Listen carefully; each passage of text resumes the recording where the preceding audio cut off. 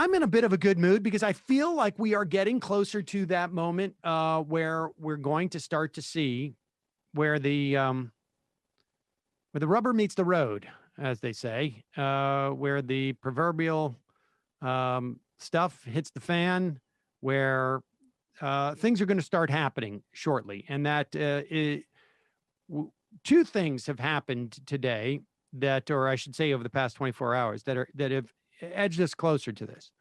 One is I guess, apparent awareness or resolution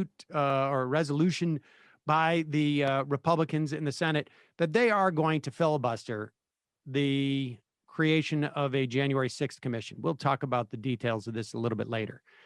But they also came back with their much awaited counteroffer to the counteroffer on the infrastructure bill, and it was laughable, like full on belly laughable. And all of this is going to create pressure and gets us closer to the end of the kabuki theater that we have been witnessing, which is the Biden administration attempting to negotiate with Republicans who have absolutely no desire to come to an agreement on just about anything with the Biden administration, a stated lack of desire.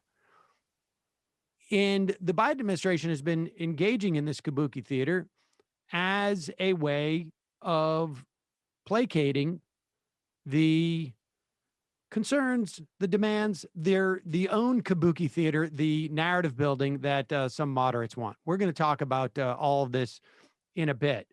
But here are the Republicans also becoming aware that we are getting to at least the beginning of a new phase in the passage of an infrastructure bill, which is likely to mean that Republicans aren't going to be participating in this, and they are trying to figure out what their talking points are going to be when it comes to not wanting to sign on to a desperately needed help for our physical and societal infrastructure. Here is Mitch McConnell saying that Democratic spending is going to hurt America. Here's that now. The Democrats' hard left turn has already hurt our economy. But they still seem to think that massive bill should only actually just be the appetizer. Just the appetizer. The administration proposed a total of about $7 trillion. $7 trillion of spending in its first few months in office. That absurdly overpriced COVID package would actually be the cheapest of the three massive bills Democrats actually want to pass. For some perspective, about $7 trillion is considerably more money in inflation-adjusted terms than America spent fighting and winning World War II. The Biden administration wants to tax, borrow, and print more money than America spent on World War II to finance a grab bag of miscellaneous liberal programs that would further jack up prices on the things families actually need to buy. It took less money to win a global war than these Democrats want to spend on a hodgepodge of stuff like electric cars and welfare programs.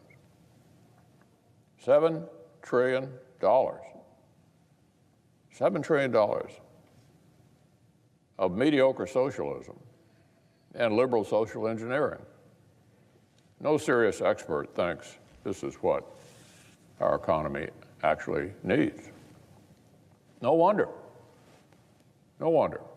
Larry Summers says he's concerned that these proposals are, quote, substantially excessive. There's the kicker. Dear. Way overdoing the requisite response, end quote. The sooner this administration can get the memo the more bipartisan progress we'll be able to make, and the better off working families will be. Oh, that was, that was just so delicious. And, you might say that the first part of his speech was the appetizer, and the real hearty meal was the Larry Summers name drop. Well, here is, the Larry Summers is the giveaway here.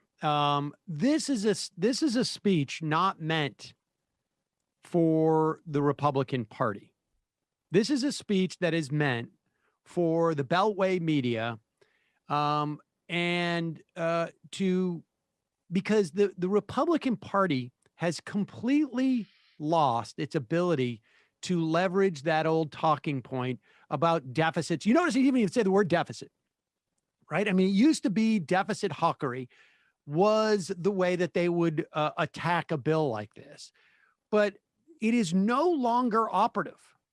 The deficit hawkery on the right is completely gone. It was totally jettisoned. It was always fictional in many respects.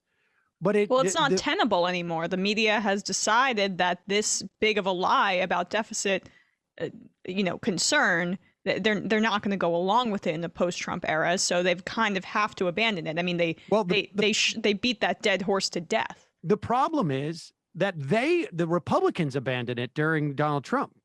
And therefore, it became untenable for the press to maintain that fiction. There was no Paul Ryan there to pretend like the deficit was important. Pete Peterson has since passed away. Nancy Pelosi was attacked for her pay-go pushing. There's still a little bit of that pay-for knee-jerk response within the Democratic Party. Part of it is a function that this is going to have to be passed through reconciliation. It's the only way, and those are some reconciliation rules.